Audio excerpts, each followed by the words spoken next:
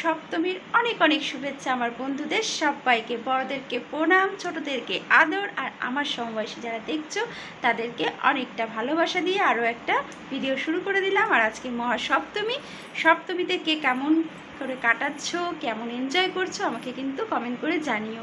আমি তো মোটামুটি বেশ ভালোই কাটাচ্ছি পুজোটা। তো পুজোতে তো দুটো দিন একটু স্পেশাল হয় 5 দিনের মধ্যে, অষ্টমী আর দশমী। অষ্টমীতে সকাল সকাল সেজে গুজে গিয়ে ডালা দেওয়া, সবাই মিলে অঞ্জলি দেওয়া, ওই যে মানে ওইখানটাতে ভীষণ মানে আনন্দ হয়, মজা হয়। আর দশমীতে সিঁদুর খেলা। তো এই দুটো দিন একটু স্পেশাল হয়, আর মানে সবার কাছেই, আমার কাছে বলে না, এই দুটো দিন একটু স্পেশাল হয়। আর পঞ্চমী, ষষ্ঠী, সপ্তমী, নবমী তো আছেই এনজয় করার জন্য, কিন্তু ওই দুটো দিন একটু স্পেশাল হয়। তো কালকে অষ্টমী, আজকে আর ঠাকুর দেখতে সেমনভাবে যাব না, যাব হচ্ছে স্টেশনে। কালকে মহা অষ্টমীর ডালা দেওয়ার জন্য মায়ের দুর্গার জন্য আলতা, সিঁদুর, শাড়ি এগুলো তো কিছুই কেনা হয় না, প্রত্যেক বছর হয়নি আর কি, প্রত্যেক বছর আগেই কেনা হয়ে যায়। মানে সবার জামা কাপড় মানে পুজো উপলক্ষে সবার জামা কাপড় কেনার আগে আমি মা দুর্গা, তারপরে আর যদি মা লক্ষ্মী সরস্বতীকে দিই তাদেরটা আগে কিনি, তারপরে আমাদেরটা কেনা শুরু হয়। কিন্তু এবছর তো অন্যরকম হয়ে গেছে, এবছর তো আমি জামা কাপড় কিনিনি প্রথমত, আর দ্বিতীয়ত আমার পা ভেঙে গেছিলো, তো তার জন্য আমি স্টেশনেই যেতে পারিনি। তো মা দুর্গারটা কী করে কিনবো। আর কালকে ভেবেছিলাম স্টেশনে যাব, কেনা মা দুর্গার শাড়িটা কিনবো, কিন্তু কেনা হয়নি। কালকে যেহেতু ঠাকুর দেখতে বেরিয়েছি, তো ওই কারণে আর কেনা হয়নি। তাই জন্য আজকে যাব সন্ধ্যাবেলা মা দুর্গার জন্য শাড়িটা কিনে নিয়ে আসবো।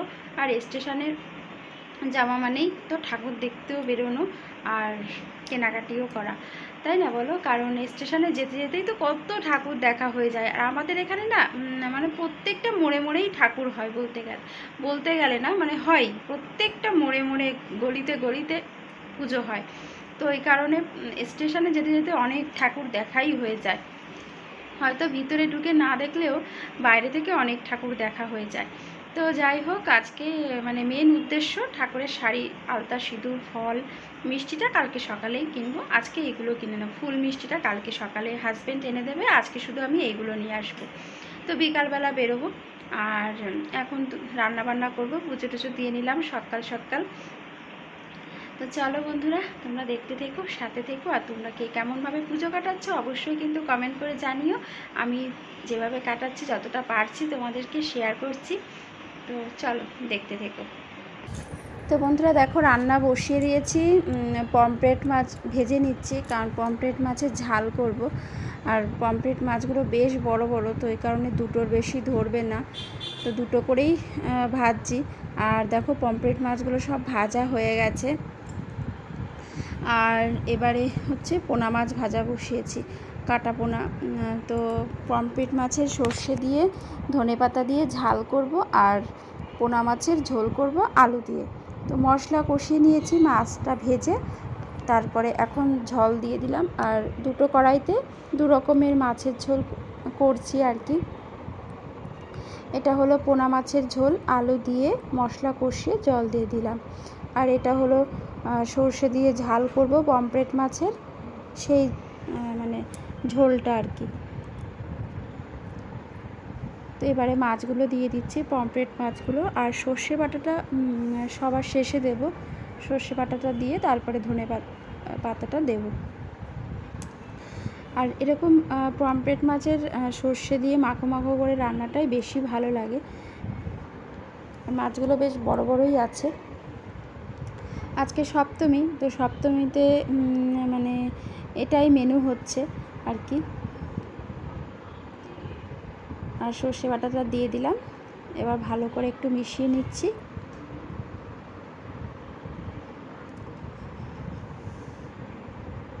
একটুখানি ফুটিয়ে নিয়ে তারপরে ধনে পাতাটা দেব। আর এদিকে পোনা মাছটাও হচ্ছে, পোনা মাছও দিয়ে দিয়েছি ঝোলের মধ্যে। এই যে দেখো, এখানে জিরের গুঁড়ো, গরম মশলার গুঁড়ো দেবো, তাহলেই হয়ে যাবে পোনা মাছের ঝোল। পোনা মাছের ঝোলেও একটু ধনেপাতা দিয়ে দিলাম। আমি না ধনেপাতা খেতে ভীষণ ভালোবাসি। ধনেপাতার যে কোনো রান্না, মানে ধনেপাতা যে রান্নাতে দেওয়াই থাকবে সেটাই আমার ভালো লাগে। আমি খুব ভালোবাসি ধনেপাতা। আর এখানে একটু উচ্ছে ভাজা করলাম, আর একটু পটল ভাজা করেছি, আর এখানে হচ্ছে মূলো দিয়ে ডাল করলাম। তো আজকের মেনু হচ্ছে এটাই। আর অনেক দিন পরে আজকে মূলো দিয়ে ডাল রান্না করলাম, অনেক দিন পরে। মূলো দিয়ে ডাল আমি ভালোবাসি, আর মূলোর এই অংশটা খেতে আমি খুব ভালোবাসি। মানে এটা হলো মূলোর আগার যে অংশটা, মানে একটুখানি পাতা পাতা থাকবে, ওই অংশটা খেতে আমি খুব ভালোবাসি। আর আমি ফোড়ন দিয়েছি সর্ষে, কারণ আমি মূলোর ডালে না সর্ষে ফোড়ন দিই, সর্ষে আর শুকনো লঙ্কা ফোড়ন দিয়েছি। তো রান্না তো মোটামুটি হয়ে গেছে। এটা হলো ভাজা, আর তারপরে এটা হচ্ছে পমফ্রেট মাছের ঝাল, একদম মাখো মাখো করে করেছি। তো মানে শুকনো শুকনো করে করেছি। পাতলা ঝোল কিন্তু এরকম মাছের ভালো লাগে না, ওই কারণে। আর একটু শসাও কেটে রেখেছি, একবারে দুপুরবেলা খাওয়ার সময় খাবো। আর এটা হলো পোনা মাছের ঝোল, আর এটা হলো ডাল। তো আজকের মেনু হচ্ছে এটা, এইগুলোই সপ্তমী স্পেশাল মেনু। তো চলো এখন খাওয়া দাওয়া করব। আর এই যে হলো ভাত। তো রান্নাঘরটা প্রথমে পরিষ্কার করে নিয়েছি, আর এখন সবাইকে খেতে খেতে দেবো। তো চলো। তো বন্ধুরা, এই খাওয়া দাওয়া করে উঠলাম, আর এখন বাজে 4টে। মানে হাজব্যান্ড বাড়িতে থাকলে না খাওয়া দাওয়া করতে একটু দেরি হয়ে যায়। আর সোনাঝিয়া বাড়ি ছিল না। সোনাঝিয়া আমার মেজো দেওয়ারের সাথে, মানে আমার মেজদার সাথে গেছিলো ঘুরতে। ওরা 3 বোন মিলে, মানে মেজদার মেয়ে আর আমার সোনাঝিয়া, 3 জনে। আর মেজদা নিয়ে গেছিলো। তো ঘুরে এসছে, ঘুরে এসে পুরো ক্লান্ত হয়ে গেছে, খাইয়ে দিয়েছি। ওরা দুজনেই দেখি ঘুমিয়ে পড়েছে। তো ভাবলাম আমিও একটু ঘুমিয়ে নিই, আর বিকালে তো আবার একটু বেরোবো। তো চলো, তোমরা দেখতে থেকো, সাথে থেকো। তো বন্ধুরা দেখো, এই যে আমি রেডি হয়ে বেরোচ্ছি, আর আমি আর হাজব্যান্ডই যাব। সোনাজিয়াকে নেব না, ওদেরকে জায়ের কাছে, মেজো জায়ের কাছে রেখে আমি আর হাজব্যান্ড বেরিয়ে পড়েছি। এই যে দেখো, রাস্তায় আছি এখন। আর প্রচণ্ড মিউজিক হচ্ছে, কোনো কথা তো বলতেই পারছি না। যখন একটুখানি মিউজিক না হয় তখন একটুখানি কথা বলতে পারি তোমাদের সামনাসামনি। আর এই তো যাচ্ছি এখন মার্কেটে। আর দেখো কত সুন্দর করেছে এই ঠাকুরটা। তো ভেতরে গিয়ে দেখবো না, বাইরে থেকেই আর কি তোমাদেরকে দেখালাম। তো এখন এই তো শাড়ির দোকানে চলে এসেছি, এখান থেকে শাড়িটা কিনবো। মা দুর্গা মায়ের জন্য শাড়ি কিনেছি, আর লক্ষ্মীর জন্য এখান থেকে একটা শাড়ি পছন্দ করছি। তো মা লক্ষ্মীর শাড়িটাও একবারে নিয়ে যাব, কারণ আমাদের না কলা বউ লাগে তো পুজোতে, তো কলা বউকে শাড়ি পরাতে হয়, তার জন্য। আর এখান থেকে আলতা সিঁদুর নিচ্ছি। তো চলো, আমি কেনাকাটা করলাম, করে তারপরে এই যে এখন আমাদের এই মার্কেটের কাছে খুব সুন্দর একটা ঠাকুর করেছে। তো হাজব্যান্ড বলছে এসছি যখন চলো দেখে যাই। আর আজকে একটু ফাঁকাও আছে, না হলে প্রচুর ভিড় হয়। তো তাই জন্য আর কি ঢুকলাম ঠাকুরটা দেখার জন্য। তো লাইটিংটা খুব সুন্দর করেছে। তো এই যে দেখো, বাঁশের করেছে, খুব সুন্দর করেছে। দেখো বাঁশ দিয়ে কি সুন্দর করেছে। এই যে দেখো, খুব সুন্দর করেছে, বাঁশ দিয়ে করেছে প্যান্ডেলটা, খুব সুন্দর করেছে। ভেতরটা তো আরও সুন্দর করেছে। দেখো, তোমরা শুধু দেখতে থাকো, দেখো কি সুন্দর করেছে। ঝুড়ি দিয়ে করেছে,